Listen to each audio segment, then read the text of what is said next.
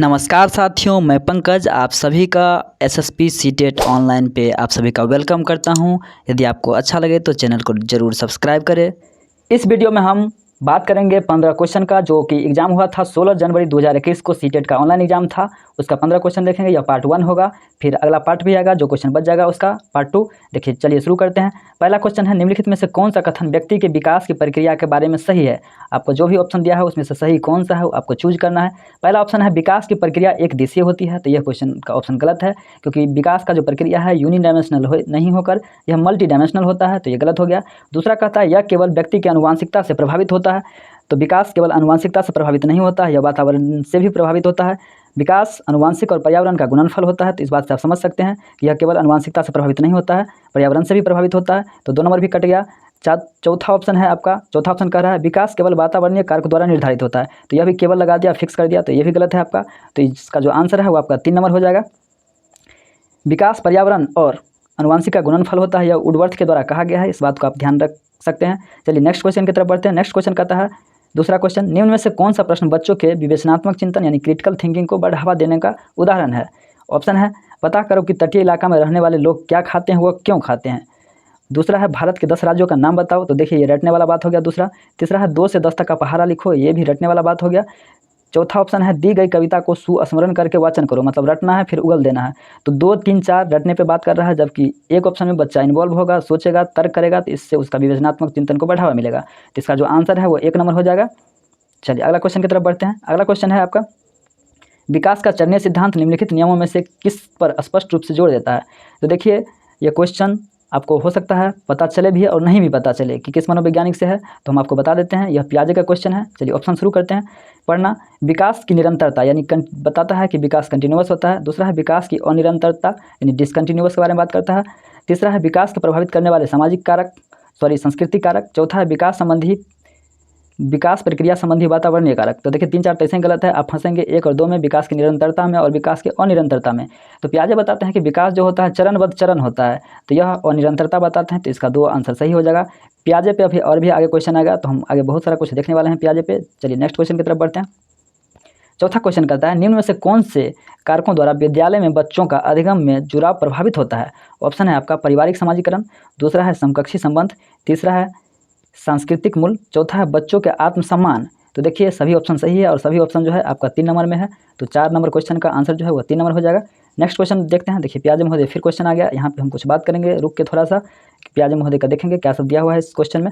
Gene पियाजे के अनुसार पूर्व संज्ञानात्मक चरण के बच्चे निम्न में क्या कर पाते हैं। देखिए पूर्व संज्ञानात्मक अवस्था का बच्चा निम्न में से ऑप्शन है कि क्या कर पाते हैं, आपको ऑप्शन चुनना है। पहला है प्रतिलोमित चिंतन यानी रिवर्सिबल थिंकिंग। दूसरा है प्रतीकात्मक खेल यानी मेक बिलीव प्ले। तीसरा है हेरारिकल क्लासिफिकेशन यानी अनुक्रमिक वर्गीकरण। चौथा है आपका संरक्षण। तो देखिए 1 नंबर, 3 नंबर, 4 नंबर यह जो है मूर्त संक्रियात्मक अवस्था का विशेषता है, और जो 2 नंबर है यह पूर्व संक्रियात्मक अवस्था का विशेषता है। आपको बता दें कि पियाजे संज्ञानात्मक विकास का सिद्धांत दिया है, जिसमें वह 4 अवस्था देते हैं। पहला है आपका संवेदी प्रेरक अवस्था, जो 0 से 2 वर्ष का अवस्था है। इसमें वस्तु अस्थायित्व आ जाता है। वस्तु अस्थायित्व का मतलब है कि बच्चा को यदि आप कुछ चीज़ दिखा रहे हैं और फिर छुपा ले रहे हैं, तो बच्चा के सामने में आप होशियार बन रहे हैं, लेकिन बच्चा के लिए वह चीज़ है ही। एग्जाम्पल के तौर पे देख लें, यदि आप टीवी का रिमोट आपके सामने में है, आप छुपा लिए कि बच्चा यह जानेगा कि नहीं है अब, लेकिन बच्चा के लिए वह चीज़ है ही, वो तब तक रोएगा जब तक आप उसको दे नहीं देंगे। तो यही है आपका वस्तु अस्थायित्व। दूसरा है आपका लक्ष्य निर्देशित व्यवहार। यदि बच्चा को वह टीवी का रिमोट चाहिए तो आपके पीछे पीछे जाएगा, तो यह है लक्ष्य निर्देशित व्यवहार। ये दोनों जो है संवेदी प्रेरक अवस्था का विशेषता है। इसके बाद आता है पूर्व संक्रियात्मक अवस्था। पूर्व संक्रियात्मक अवस्था में बच्चा एक तरफ से सोच पाता है, वन वे थिंकिंग होता है। एग्जाम्पल को आप समझिए, आप आसानी से बात को समझ जाएंगे। देखिए एग्जाम्पल, पहला एग्जाम्पल है कि बच्चा यह समझ पाता है कि पानी से बर्फ़ बनता है, लेकिन वह यह नहीं समझ पाता है कि बर्फ़ से भी पानी बनेगा। दूसरा एग्जाम्पल, बच्चा यह समझ पाता है कि 10 + 5 को जब जोड़ेंगे तो 15 हो जाएगा, लेकिन जब उससे पूछेंगे 15 में से 5 जाएगा तो कितना बचेगा, तो वो नहीं बता पाएगा।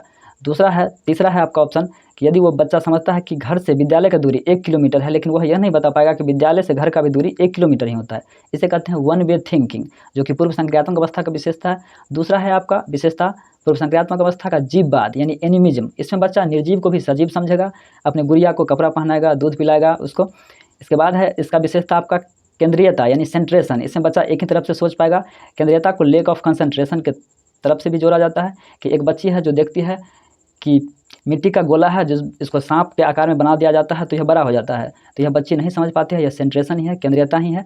इसके बाद है आपका कारण एवं प्रभाव कि जो है यदि धूप है इसलिए कपड़ा सूख रहा है, तो कारण तथा प्रभाव ये भी आपका पूर्व संक्रियात्मक में है। प्रतीकात्मक खेल या प्रतीकात्मक सोच ये भी है आपका पूर्व संक्रियात्मक अवस्था का ही विशेषता। तो ये सब जितना विशेषता बताया आपको अभी, सब पूर्व संक्रियात्मक अवस्था का है। इसके बाद आता है मूर्त संक्रियात्मक अवस्था।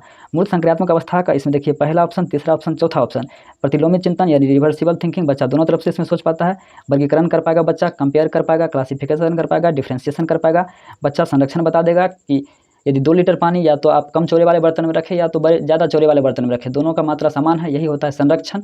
यानी कि जब बच्चा मूर्त संक्रियात्मक अवस्था में आ जाता है तो वो समझ जाता है कि 2 लीटर पानी को या तो हम अधिक चौड़ा में रखें या कम चौड़ा में रखें, और दोनों में से कोई एक चूज़ कर लेगा, क्योंकि वो समझ जाता है कि आकृति और आकार बदलने से आयतन बदलने वाला नहीं है। 2 लीटर दोनों में है तो दोनों में ही 2 लीटर ही रहेगा, तो बच्चा कोई भी चूज़ कर पाएगा, यही है संरक्षण। आपका सकर्मक अनुमान, जब बच्चा यह भी समझ जाता है, यहाँ पे सकर्मक अनुमान भी मूर्त संक्रियात्मक अवस्था का विशेषता अभी हम बता रहे हैं। सकर्मक अनुमान कि यदि ए बी से बड़ा है, बी सी से बड़ा है तो ए सी से बड़ा होगा, यही है सकर्मक अनुमान। इसमें देखिए तार्किक सोच आ जाता है बच्चे का, आगमनात्मक सोच आ जाता है, मूर्त सोच आ जाता है। चौथा है आपका औपचारिक संक्रियात्मक अवस्था। औपचारिक संक्रियात्मक अवस्था में बच्चा अमूर्त चीज़ के बारे में सोचना शुरू कर देता है, जो नहीं दिख रहा है उसके बारे में भी बच्चा सोच पाता है, वही है आपका अमूर्त चिंतन। निगमनात्मक चिंतन भी आता है इसमें। इसके बाद है आपका वैज्ञानिक तरफ से बच्चा सोचना प्रारंभ करता है। तो ये पियाजे का 4 अवस्था था, संवेदी प्रेरक अवस्था, पूर्व संक्रियात्मक अवस्था, मूर्त संक्रियात्मक अवस्था, औपचारिक संक्रियात्मक अवस्था।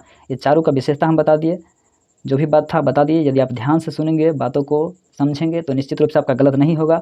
नहीं तो पूर्व संक्रियात्मक अवस्था का विशेषता आप मूर्त संक्रियात्मक में बताएंगे, मूर्त संक्रियात्मक अवस्था का औपचारिक संक्रियात्मक अवस्था में बताएंगे।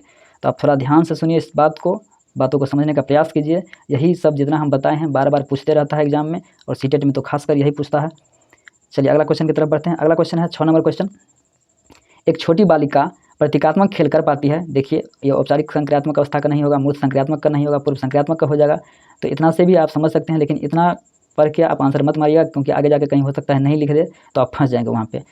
देखिए क्वेश्चन पूरा पढ़ेंगे तब आंसर देने का प्रयास करेंगे। क्वेश्चन है, एक छोटी बालिका प्रतीकात्मक खेल कर पाती है पर अभी दूसरे व्यक्ति के दृष्टिकोण नहीं समझ पा रही है। तो अहमवादी हम अभी बताएं कि पूर्व संक्रियात्मक अवस्था का विशेषता है। पहला हो गया आपका प्रतीकात्मक खेल, और अहमवादी ये दोनों इसी पूर्व संक्रियात्मक अवस्था का विशेषता है। और वह अपनी पकड़ से बाहर की घटनाओं की वजह से आसानी से परेशान हो जाती है। जीन पियाजे द्वारा सुझाए गए चरणों में से कौन सा चरण इस बालिका के वर्तमान स्तर को अंकित करता है? तो देखिए आंसर आपका मिल गया, पॉजिटिव ही पूछ रहा है तो कोई दिक्कत नहीं है, नहीं लगाया हुआ है। तो पूर्व संक्रियात्मक अवस्था का विशेषता है, और जो भी इसके एक्स्ट्रा विशेषता है वो हम आपको 5 नंबर क्वेश्चन में ही वहाँ पे सारा बता दिए। यहाँ पे बता देते हैं एज सबका। संवेदी प्रेरक अवस्था 0 से 2 वर्ष होगा। पूर्व संक्रियात्मक अवस्था 2 से 7 साल होगा। मूर्त संक्रियात्मक अवस्था 7 से 11 साल होगा। औपचारिक संक्रियात्मक अवस्था 11 प्लस दे या 11 से 15 दे, देखिए जो ऑप्शन में देगा उसके हिसाब से आपको टिक करना है। तो ये था पूरा प्याजे महोदय। आगे बढ़ते हैं। आगे है आपका कोलबर्ग का क्वेश्चन। क्वेश्चन है, निम्न में से कौन सा अभिलक्षण कोलबर्ग के नैतिक विकास मॉडल में सम्मिलित है? ऑप्शन है आपका नैतिक विकास के चरणों का स्वरूप सार्वभौमिक होता है, ठीक है बात। दूसरा है नैतिक चिंतन के विकास में निरंतरता होती है। तीसरा है नैतिक विकास एक क्रमिक प्रक्रिया नहीं है, यह संपूर्ण रूप से वातावरणीय कारकों पर निर्भर होता है। नैतिक विकास मुख्यतः सांस्कृतिक मूल्यों पर निर्भर है। तो देखिए ये 1 नंबर इसका सही आंसर हो जाएगा। अभी कोलबर्ग के बारे में आप कुछ थोड़ा सा समझ लीजिए, फिर आगे क्वेश्चन आएगा यदि उसका स्तर से या फिर अवस्था से, तो हम आपको डिटेल से बताएंगे। कोलबर्ग का नैतिक विकास का सिद्धांत है, यह अमेरिकन मनोवैज्ञानिक थे। देखिए कोलबर्ग नैतिक विकास के लिए 3 स्तर और 6 अवस्था दिए हैं। यदि इस पर क्वेश्चन आएगा तो हम आपको डिटेल से बताएंगे। अभी पियाजे पीछे पूरा डिटेल से बताएं, फिर वाइगोत्स्की भी मिलेगा, कोलबर्ग भी मिलेगा। चाहे सीटेट का जो भी टॉपिक है इंपॉर्टेंट है उसको हम डिटेल से देंगे ही आपको, बस घबराना नहीं, आपको बने रहना है। चलिए आगे बढ़ते हैं नेक्स्ट क्वेश्चन की तरफ। 8 नंबर क्वेश्चन है, लेव वाइगोत्स्की के अनुसार निम्न में से किसके लिए समीपस्थ विकास का क्षेत्र का इस्तेमाल करना चाहिए? यानी ZPD का बात हो रहा है, जोन ऑफ प्रोक्सिमल डेवलपमेंट का। समीपस्थ दे या निकट विकास का क्षेत्र दे, पहले इसी को समझते हैं। फिर चलिए पहले ऑप्शन देख लेते हैं, आंसर देख लेते हैं, फिर जो एक्स्ट्रा फैक्ट होगा वो देख लेंगे। ऑप्शन है पहला आपका अध्यापन और मूल्यांकन, एकदम सही है। केवल अध्यापन कट जाएगा, केवल मूल्यांकन कट जाएगा, और प्रवाही बौद्धिकता की पहचान ये भी कट जाएगा। तो जो आपका आंसर है वो 1 नंबर हो जाएगा। देखिए वाइगोत्स्की से जुड़ा हुआ कुछ चीज़ है जो आपको समझना चाहिए। पहला है वाइगोत्स्की का जो सिद्धांत है वो संज्ञानात्मक विकास का सिद्धांत है। वाइगोत्स्की का सिद्धांत सामाजिक सांस्कृतिक सिद्धांत के नाम से जाना जाता है। देखिए वाइगोत्स्की समाज को, संस्कृति को, भाषा को महत्वपूर्ण बताया है। वाइगोत्स्की के अनुसार से पहले भाषा आता है, फिर विचार आता है। वाइगोत्स्की के अनुसार से बच्चा को समाज से अलग नहीं किया जा सकता है। और उसके बाद कुछ इंपॉर्टेंट टर्म है जैसे कि MQ का मतलब होता है मोर नॉलेजेबल अदर। एक होता है ZPD zone of proximal development यानी समीपस्थ विकास का क्षेत्र, जिस पे क्वेश्चन है। एक होता है आपका एस्केप होल्डिंग, ढांचा, मचान या पार। एक एग्जाम्पल देंगे, आप तीनों समझ जाएंगे इसमें। चलिए एग्जाम्पल समझने का कोशिश कीजिए। एक बच्चा है जो खुद से 90 नंबर ला रहा है और किसी कोचिंग में किसी टीचर से हेल्प ले रहा है, जिसके वजह से वो 120 नंबर पर पहुंच रहा है। तो बच्चा का जो क्षमता है वो 120 तक का है, लेकिन वो खुद से 120 पे नहीं पहुंच पाता है, वो 90 पर ही अटक जाता है। तो 90 और 120 के बीच में जो गैप है, यानी जो बच्चा कर पा रहा है तथा नहीं कर पा रहा है, के बीच का जो क्षेत्र होता है वह ZPD कहलाता है। यानी 90 से 120 का जो 30 नंबर का फासला है, यही आपका ZPD है। और जो टीचर उनको मदद कर रहे हैं, वो प्रोसेस जो है वो आपको पार होता है, ढांचा होता है, मचान होता है, यह अस्थायी सपोर्ट होता है। इसके बाद देखिए MKO यानी मोर नॉलेजेबल अदर। तो बच्चा से ज़्यादा जानकार होता है टीचर, और बच्चा के लिए उसका माता पिता, टीचर या उसका दोस्त या उससे कोई छोटा भी हो सकता है। MKO का मतलब ही होता है मोर नॉलेजेबल अदर, यानी सीखने वाले से ज़्यादा जानकार व्यक्ति। तो इस प्रकार से वाइगोत्स्की से भी जुड़ा जो भी इंपॉर्टेंट पॉइंट मुझे लगा बताना चाहिए, हमने आपको बता दिया। चलिए नेक्स्ट क्वेश्चन की तरफ बढ़ते हैं। नेक्स्ट क्वेश्चन 9 नंबर क्वेश्चन है आपका। 9 नंबर क्वेश्चन कहता है, एक विशिष्ट संप्रदाय को पढ़ाने हेतु एक अध्यापिका बच्चों को आधा हल किया हुआ उदाहरण देती है। देखिए ये सीधा सीधा एस्केप होल्डिंग का एग्जाम्पल है कि आधा क्वेश्चन सॉल्व कर दीजिए आप, मतलब बच्चे को हेल्प दे रही है, तो ये पार है। फिर भी देखते हैं आगे क्वेश्चन। लेव वाइगोत्स्की के अनुसार अध्यापिका किस रणनीति का इस्तेमाल कर रही है, तो यह पार है, साफ साफ दिख रहा है आपका। अवलोकन अधिगम नहीं है, ऑब्जर्वेशन लर्निंग, द्वंद्वात्मक यानी कन्फ्लिक्ट अधिगम, कन्फ्लिक्ट लर्निंग, अनुकूलन, ये तो है ही नहीं। तो इसका जो आंसर है वो 9 का जो है आंसर 2 नंबर हो जाएगा। यदि आप ऊपर 8 नंबर क्वेश्चन को अच्छा से ध्यान से सुने होंगे तो वैसे भी आप क्वेश्चन का जवाब आसानी से दे सकते थे। चलिए 10 नंबर क्वेश्चन का 2 ऑप्शन इधर है, 2 ऑप्शन इधर है। देखते हैं, दोनों ऑप्शन एक साथ देखना जरूरी है क्योंकि थोड़ा सा 10 नंबर क्वेश्चन में दिक्कत है। देखिए क्वेश्चन है, निम्नलिखित में से कौन सा अभिवृत्ति एक प्रगतिशील कक्षीय माहौल के अनुसार है, यानी प्रोग्रेसिव क्लासरूम के बारे में बात करता है और पॉजिटिव पूछ रहा है। तो ऑप्शन है आपका पहला, निर्णय निर्धारण में बच्चों की सहभागिता, एकदम सही है। दूसरा है भयमुक्त अधिगम वातावरण की संरचना, ये भी ठीक है। तीसरा है विद्यार्थियों के व्यक्तिगत विभिन्नताओं का ध्यान रखना, ये भी ठीक है। तो देखिए ठीक ही पूछ रहा है और 1 2 3 तीनों ठीक है। चौथा देखते हैं, अध्यापक द्वारा बाह्य अनुशासन कायम रखना, तो ये गलत है। तो यदि इस क्वेश्चन में सही पूछ रहा है तो 1 2 3 तीनों सही है, और यदि नहीं लगा दे तो आंसर 4 होगा। इस क्वेश्चन को जब आप इंग्लिश वर्जन में देखेंगे तो इंग्लिश वर्जन में नोट लगाया हुआ है साफ साफ, तो वहाँ पे आंसर 4 नंबर हो जाएगा। और यदि सही पूछ रहा है तो 1 2 3 सभी आंसर हो जाएगा, मतलब 1 2 3 आंसर होगा यदि सही पूछ रहा है तो, और यदि नहीं लगा के पूछ रहा है तो 4 नंबर आंसर हो जाएगा। इसलिए हम दोनों साइड का ऑप्शन को एक साथ आपको दिखाने का प्रयास किए ताकि आप समझ पाए बात को, नहीं तो आधा इधर दिखाते आधा इधर दिखाते तो आपको थोड़ा सा दिक्कत होता। चलिए नेक्स्ट क्वेश्चन देखते हैं। नेक्स्ट क्वेश्चन है, यह महत्वपूर्ण है कि कोई बच्चा अध्यापक बच्चों की बुद्धि लब्धि के आधार पर स्थिर समूह में पृथक ना करे, क्योंकि ऑप्शन है आपका, यह अध्यापक के लिए असुविधाजनक है, इसको तो ऐसे ही काट कटा सकते हैं। यह विद्यालयों के लिए असुविधाजनक है, आपको जब भी सोचना है तो बाल केंद्रित शिक्षा के अनुसार सोचना है, बच्चे के हित में सोचना है, ना ही टीचर के हित में सोचना है, ना ही आपको विद्यालय के हित में सोचना है।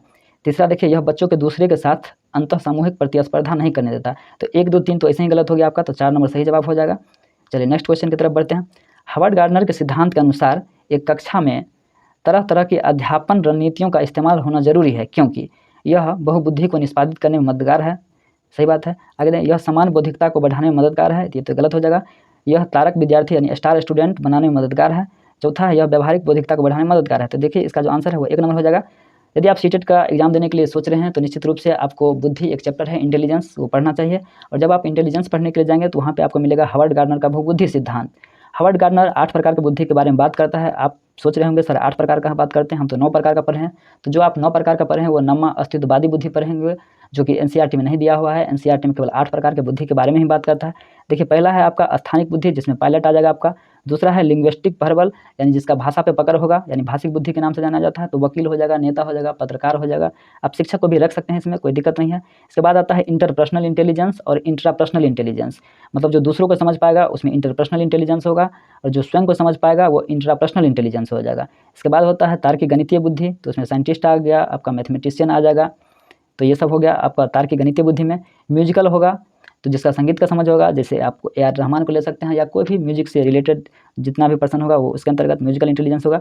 बॉडली कांस्थेटिक इंटेलिजेंस, शारीरिक गतिक बुद्धि, तो इसमें क्या होगा आपका, या तो पूरे शरीर पे पकड़ होगा या शरीर के किसी खास अंग पे पकड़ होगा। जैसे में हो गया आपका खिलाड़ी हो गया, आपका नर्तक हो गया। आपका सीटेट एक बार क्वेश्चन भी पूछा था कि सर्जन, डॉक्टर तो बहुत सारे होते हैं, जनरल फिजिशियन, सर्जन और भी बहुत सारे डॉक्टर होते हैं। तो सर्जन जो होता है उनका काम होता है चीर फाड़ करना, तो यदि उनको हाथ में पकड़ नहीं रहेगा तो वो चीर फाड़ नहीं कर पाएंगे। तो सर्जन जो डॉक्टर है, डॉक्टर का एक वैरायटी है सर्जन, उसमें शारीरिक गतिक बुद्धि होगा। इसके बाद है आपका नेचुरलिस्टिक यानी कि प्राकृतिकवादी बुद्धि, तो प्राकृतिकवादी बुद्धि में आपका फार्मर आ जाएगा। तो ये 8 प्रकार का बुद्धि एनसीईआरटी में दिया हुआ है, हार्वर्ड गार्डनर का बहुबुद्धि सिद्धांत। तो इसे आप याद रखेंगे, यह सीटेट का बहुत ही फेवरेट टॉपिक है, यहाँ से क्वेश्चन लगभग आपको मिल ही जाएगा। चलिए नेक्स्ट क्वेश्चन की तरफ बढ़ते हैं। यदि आप ध्यान से सुने होंगे 12 नंबर क्वेश्चन का जवाब, तो आपका 1 नंबर समझिए कि आ ही जाएगा, क्योंकि हार्वर्ड गार्डनर से इससे आगे कुछ पूछता है नहीं, ज़्यादातर जितना पूछता है उतना हम आपको बता दिए, एग्जाम्पल भी बता दिए। अगला क्वेश्चन की तरफ बढ़ते हैं। अगला क्वेश्चन है आपका 13 नंबर क्वेश्चन। 13 नंबर क्वेश्चन है, निम्नलिखित 1.5 से 2.5 तक की उम्र के बच्चों द्वारा अक्सर उच्चारित द्विशब्दीय उच्चारण को क्या कहा जाता है? ऑप्शन है आपका वाचन का अधिक विस्तारण। तो बच्चा अभी 1.5 यानी 1.5 साल से 2.5 साल के बीच में ही है, तो वो अधिक विस्तारण बात करेगा नहीं। दूसरा है तार प्रसित वाचन यानी टेलीग्राफिक स्पीच, आपका सही आंसर यही हो जाएगा। इसके बाद है नववाद। नववाद का मतलब होता है जो पहले से प्रयोग में न हो और कुछ दिनों से प्रयोग में लाया जा रहा हो, तो यही है आपका नववाद। इसके बाद होता है बकवाद यानी बैबलिंग। देखिए स्टेज ऑफ लैंग्वेज डेवलपमेंट बच्चा जन्म से ही शुरू होता है। सबसे पहला होता है आपका क्राइंग मतलब रोना होता है, इसके बाद क्विंग होता है कूकना, इसके बाद होता है बैबलिंग यानी बलबलाना, बा बै मैं करेगा बच्चा। फिर 1 से 1.5 साल में आ जाता है आपका वन वर्ड स्टेज, जिसमें बच्चा बोलेगा पापा मामा नाना। इसके बाद आता है 2 वर्ड स्टेज, जिसको टेलीग्राफिक स्पीच कहते हैं। फिर लॉन्ग सेंटेंस वो बोलता है। तो इस प्रकार से 13 क्वेश्चन देख लिए। इस वीडियो में आपको 15 क्वेश्चन हम बताएंगे, और नेक्स्ट जो वीडियो आएगा पार्ट 2 होगा, वो क्वेश्चन 16 से 30 तक रहेगा। तो जैसा भी लगेगा आपको ज़रूर बताएंगे, आप कमेंट करेंगे, जो भी सजेशन हो आपका सजेशन हमारे लिए महत्वपूर्ण होगा। सभी ऑप्शन को हम डिस्कस करने का प्रयास कर रहे हैं। यदि आपको अच्छा लगे तो ज़रूर हमें अप्रिशिएट कीजिए। देखिए 14 नंबर क्वेश्चन है, पुरुष समानता दिमाग से सोचते हैं और महिलाएं अपने हृदय से सोचती है, यह कथन क्या दर्शाता है?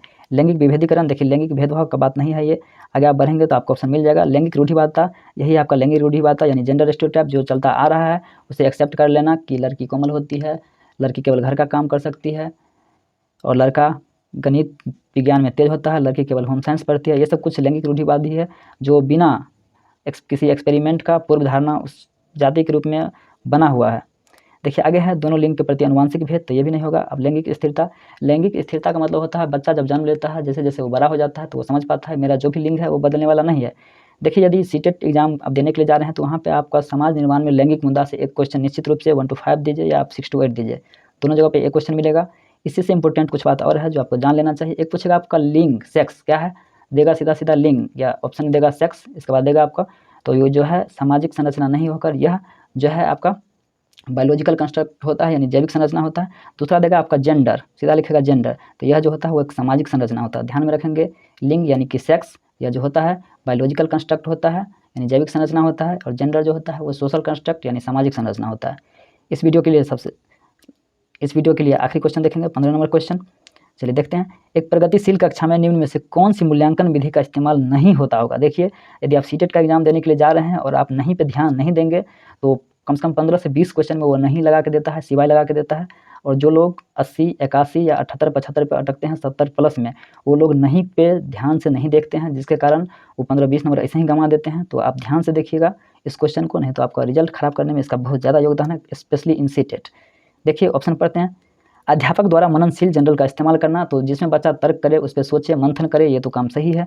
दूसरा देखिए स्वमूल्यांकन, यानी आप जब मूल्यांकन पढ़े होंगे या आकलन पढ़े होंगे, तो आकलन का वैरायटी होता है assessment for learning, assessment of learning, assessment as learning, और असेसमेंट इन या at learning.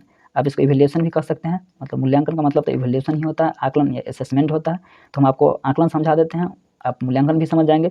Assessment for learning यानी कि यह शिक्षण अधिगम प्रक्रिया के दौरान होगा, जैसे शिक्षक कुछ बता रहा है और बीच बीच में जो पूछ रहा है, तो यही है आपका असेसमेंट फॉर लर्निंग। और असेसमेंट ऑफ लर्निंग, तो आप जब फैन बंद करते हैं तो रूम से निकलने लगते हैं, तब जाकर फैन बंद करते हैं, मतलब ऑफ मतलब काम का लास्ट में, तो जो सत्र के लास्ट में होता है यह असेसमेंट ऑफ लर्निंग होता है। असेसमेंट एज लर्निंग यह स्व मूल्यांकन होता है। इसके बाद है आपका असेसमेंट इन या एट लर्निंग, या समकक्ष मूल्यांकन होता है, यानी ग्रुप में होता है। तो इस प्रकार से आप दूसरा ऑप्शन के बारे में डिटेल से जान लिए, पूरा फैक्ट। अगला है आपका तीसरा ऑप्शन, केवल मानक निर्देशित मूल्यांकन पर आश्रय रहना, तो यही आपका गलत ऑप्शन दिया हुआ है 15 नंबर। चौथा है विद्यार्थियों के पोर्टफोलियो तैयार करना, तो पोर्टफोलियो से बच्चे का मूल्यांकन किया ही जाता है। तो इस प्रकार से ये तीसरा नंबर को जो ऑप्शन है यह गलत दिया हुआ है। तो यह 15 क्वेश्चन को हम एनालिसिस करने का प्रयास किए हैं, कैसा लगा आपको ज़रूर बताइए। Thanks for